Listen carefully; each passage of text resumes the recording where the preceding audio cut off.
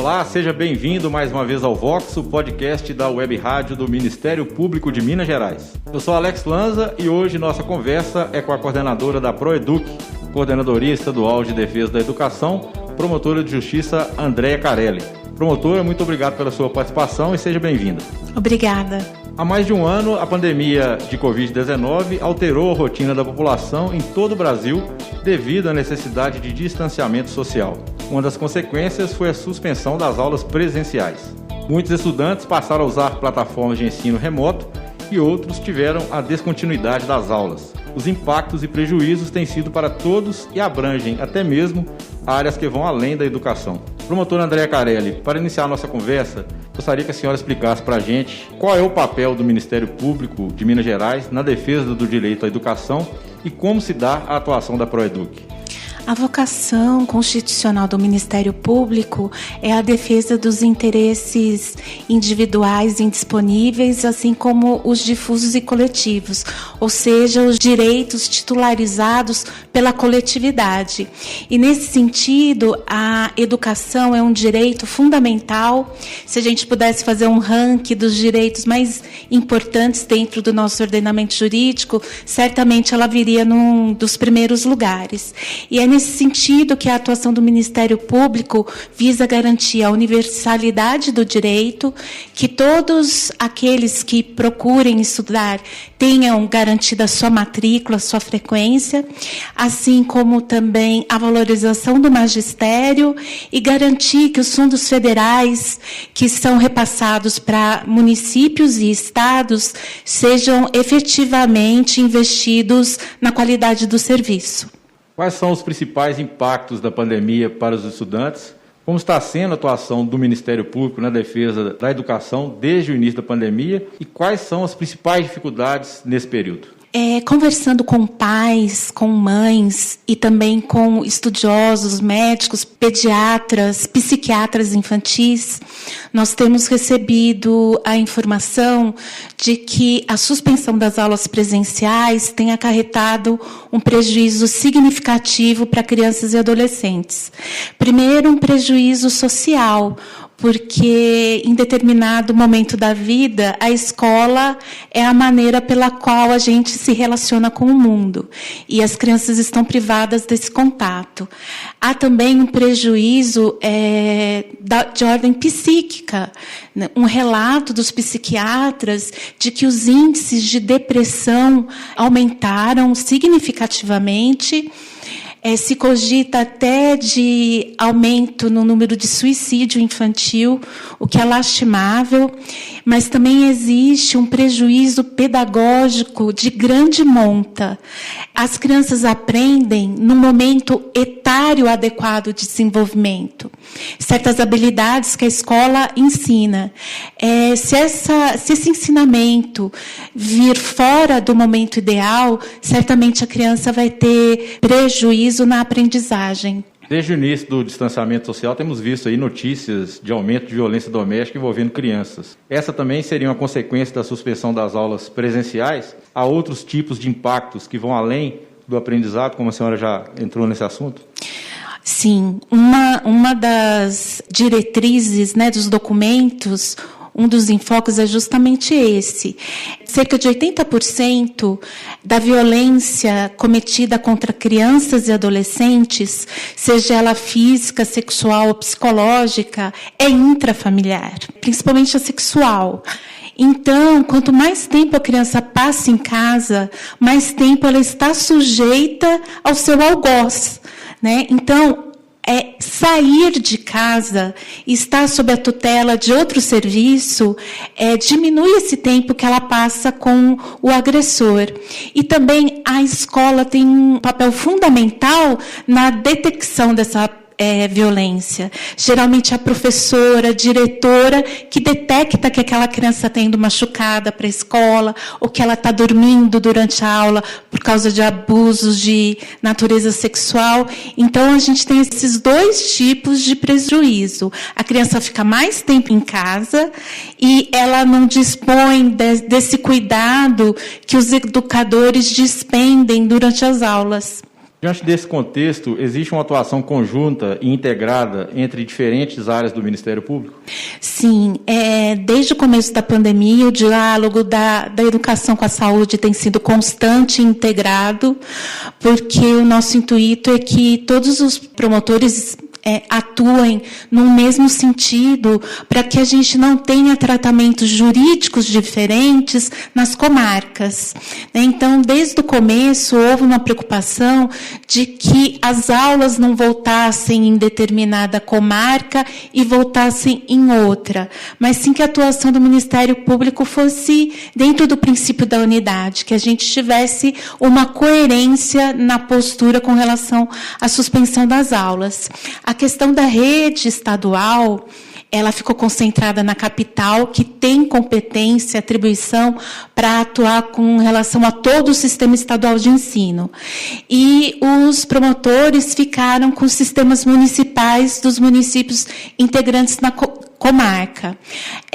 Existem procedimentos administrativos instaurados pelo Ministério Público no sentido de acompanhar a retomada das aulas em nível estadual e municipal. Nós atuamos muito com relação ao fato dessa retomada ser, como eu diria, segura, para que os impactos da epidemia não sejam majorados em razão do retorno às aulas, tanto para os professores, os profissionais da educação, quanto para crianças. Então, nosso trabalho tem sido no sentido de exigir do gestor que ele apresente esse protocolo, né, essa série de regras de cuidados sanitários, e que ele efetivamente implemente esses cuidados dentro da escola.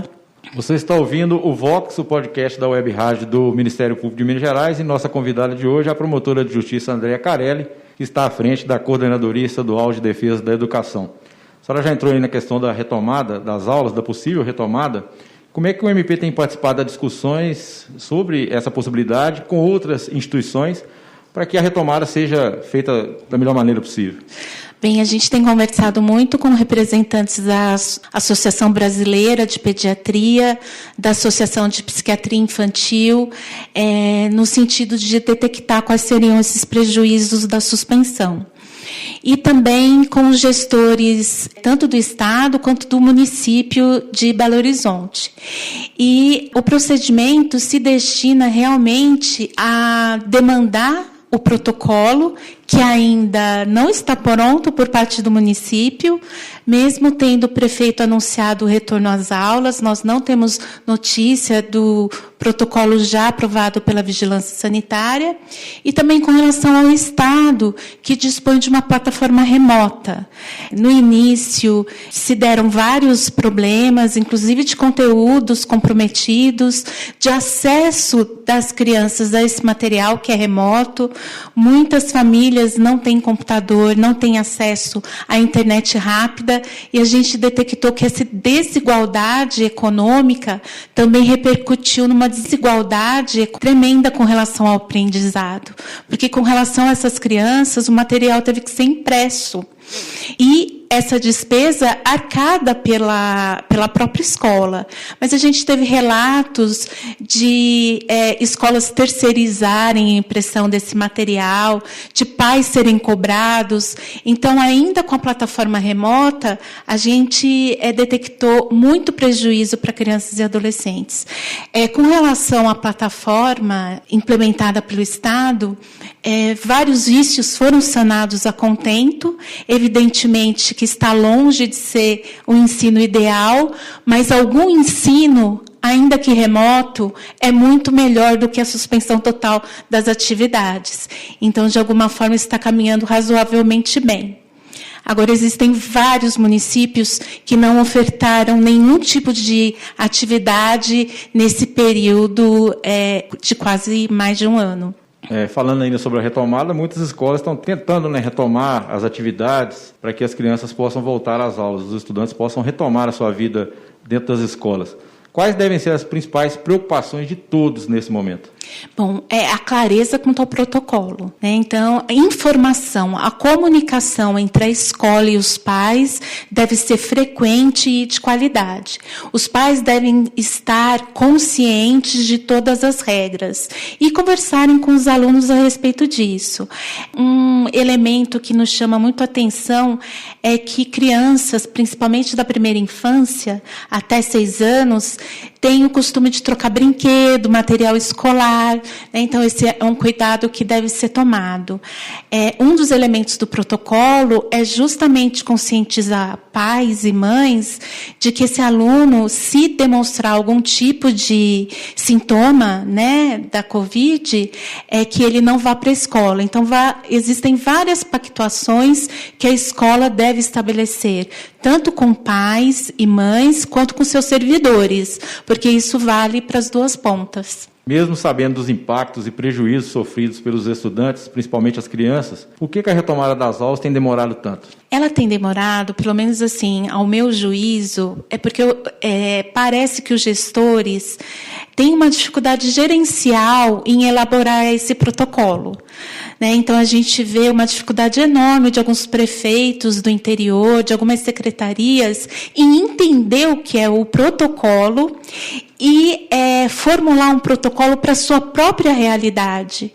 Porque o protocolo ele tem que levar em conta o número de escolas, o número de profissionais, o número de alunos, e os municípios demonstram uma dificuldade muito grande com relação a isso. Vou te dar um exemplo. Primeira coisa que deveria ser levantada antes do protocolo ser elaborado: o número de alunos que pretendem voltar.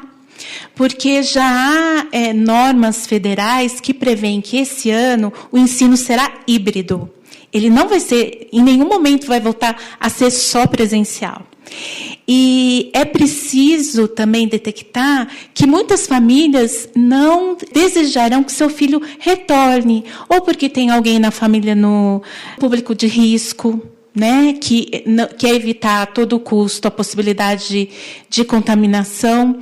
E as prefeituras, elas começam a elaborar um protocolo sem saber efetivamente quantas crianças acorrerão às aulas.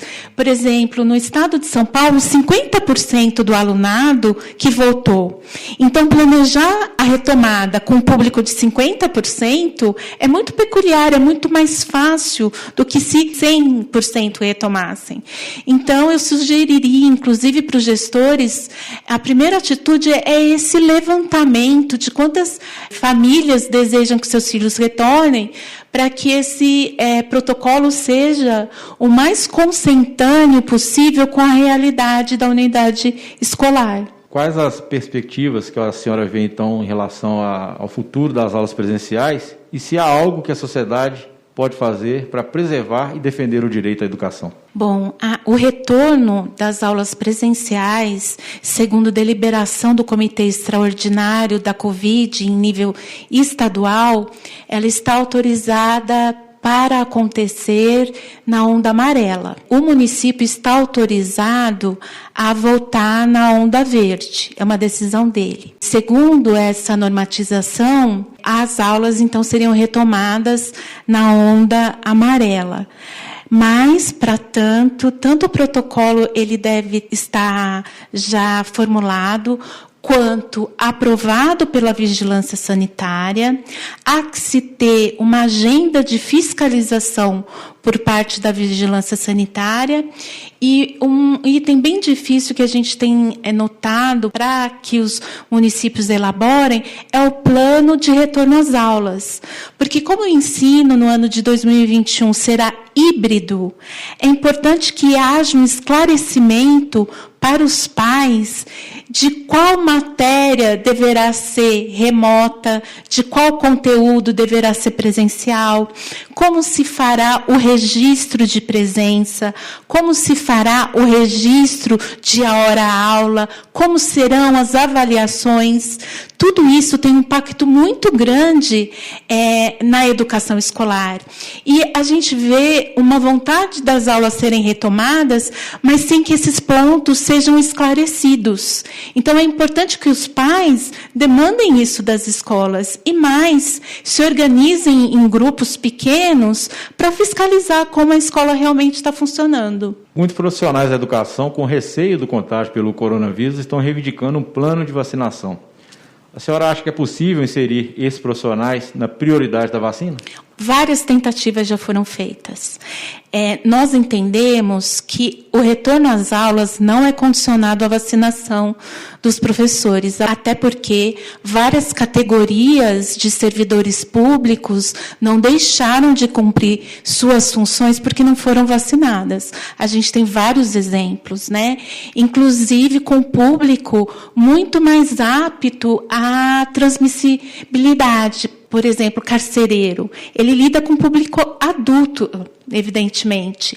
E os estudos demonstram que em crianças a possibilidade de transmissão para adultos e entre elas mesmas é muito menor, né? Então, é um público que o risco de contaminação é muito menor. Então, a gente não entende que o retorno às aulas está vinculado à vacinação. Mas, de todo jeito, para a gente obter até um apaziguamento social diante dessa tensão, o Ministério Público fez tentativas para que esses profissionais fossem vacinados junto com os profissionais da saúde. E o que a gente teve, tanto em nível nacional quanto em nível estadual, foi a explicação de que isso não seria possível, porque como as doses estão chegando em número diminuto, muito pequeno, não seria possível abarcar as duas categorias ao mesmo tempo. Mas, de toda forma, eu fiquei sabendo que existe um projeto de lei na tentativa de disciplinar a vacinação de professores e profissionais da saúde de uma forma prioritária. Essas tentativas foram levadas a cabo por meio de diálogos, e a explicação, né, que os gestores nos deram é que, como as doses são poucas, fica difícil contemplar os dois públicos concomitantemente. Após o início da retomada das aulas presenciais, especificamente em Belo Horizonte, na semana passada, os professores decretaram greve sanitária. O Ministério Público tem participado dessas discussões também? Bom, essa greve sanitária nos pegou um pouco de surpresa. Nós estamos conversando tanto com o município, e inclusive já temos reunião agendada com esses profissionais. Existe a possibilidade do Ministério Público judicializar essa questão, porque se o gestor, que é a autoridade sanitária máxima, entende que tem condições para que o retorno seja implementado, não é do juízo da categoria profissional questionar esse entendimento, principalmente se ela não dispõe de um estudo científico para contrapor ao entendimento do gestor, né? A Lei 13.979, que foi editada em fevereiro do ano passado, logo que a OMS decretou que o estado era de pandemia, determinou que qualquer tipo de medida dos gestores, em qualquer nível da federação, deveria ser calcada em critérios científicos e não políticos. Então, eu acho pouco provável que o sindicato vá apresentar algum estudo científico que consiga se contrapor ao do gestor. Nós conversamos com a promotora de justiça Andréa Carelli, da Coordenadoria Estadual de Defesa da Educação. Obrigado pela sua participação, promotora, e até uma próxima oportunidade. Até a próxima, obrigada. Essa entrevista estará disponível nos canais oficiais do Ministério Público, no YouTube, no Instagram e também no Twitter. Procure por MPMG Oficial. Obrigado e até o próximo Vox.